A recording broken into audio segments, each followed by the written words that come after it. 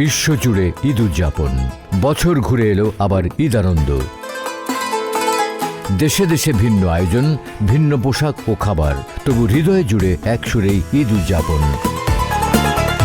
মধ্যপ্রাচ্য থেকে Oceania, Europe থেকে উত্তর আমেরিকা, বিশ্বজুড়ে ঈদের আনন্দ।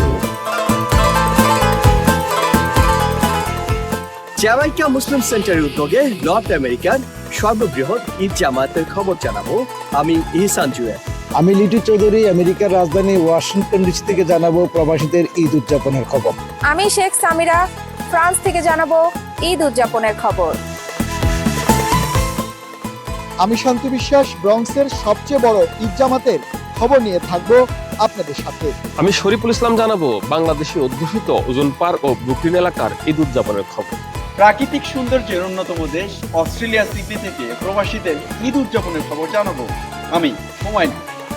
আমি সুকান্ত দেব দ্বীপরাষ্ট্র বাহরাইন থেকে জানাবো প্রবাসী বাংলাদেশিদের ঈদ উদযাপনের সব খবর।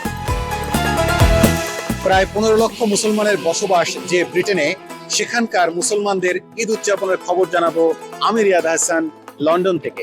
ইউরোপের ঈদ মানে ভিন্ন কিছু। মহিউদ্দিন মধু জানাবো ফিনল্যান্ড থেকে। আমি ইএম আকাশ যুদ্ধময় সময়ে কেমন কাটছে ঈদ জানাবো আপনাদের। আমি শিহাব শাহিন সৌদি আরবের রিয়াদ থেকে জানাবো প্রবাসী বাংলাদেশ মানুষের ঈদ উদযাপনের সব খবর। আমি পিনাকি তালুকদার আমেরিকায় বাঙালিদের প্রাণকেন্দ্র জ্যাকসন হাইটস থেকে পবিত্র ঈদের সব খবর জানাবো। ইতিহাস ও ঐতিহ্যের সমৃদ্ধ মিসিসিপি থেকে ঈদ উদযাপনের খবর জানাবো। আমি সাজিদ রাজ। আমেরিকার গার্ডেন স্টেট হিসাবে খ্যাত নিউ জার্সি থেকে আমি সুব্রত চৌধুরী আছি ঈদ উদযাপনের সর্বশেষ খবরাখবর নিয়ে। অটো ইন্ডাস্ট্রির জন্য বিখ্যাত মিশিগানে কেমন হয় ঈদ জানাবো আমি টিআর সুহেল। আমি রাকিব হাসান ডিজনি ওয়ার্ল্ডের শহর ফ্লোরিডা থেকে সবাইকে জানাবো ঈদ উদযাপনের খবর। পেনসিলভেনিয়া রাজ্যের বৃহত্তর ফিলাডেলফিয়া সিটি থেকে আপনাদের জানাবো ঈদের খবর। আমি মোহাম্মদ আশরাফুল ইসলাম আরিফ। ইতালিতে ঈদের দিনটি উদযাপিত হয় ভিন্ন ধর্মীয়।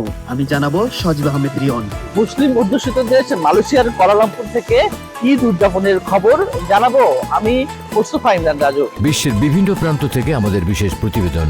বিশ্বজুড়ে ঈদ উদযাপন দেখবেন ঈদের দিন টিভিএন 24 নিউজ নেটওয়ার্কে। নিউ ইয়র্ক থেকে সম্প্রচারিত টিভিএন 24 টেলিভিশন বিশ্বজুড়ে বাঙালির কণ্ঠস্বর।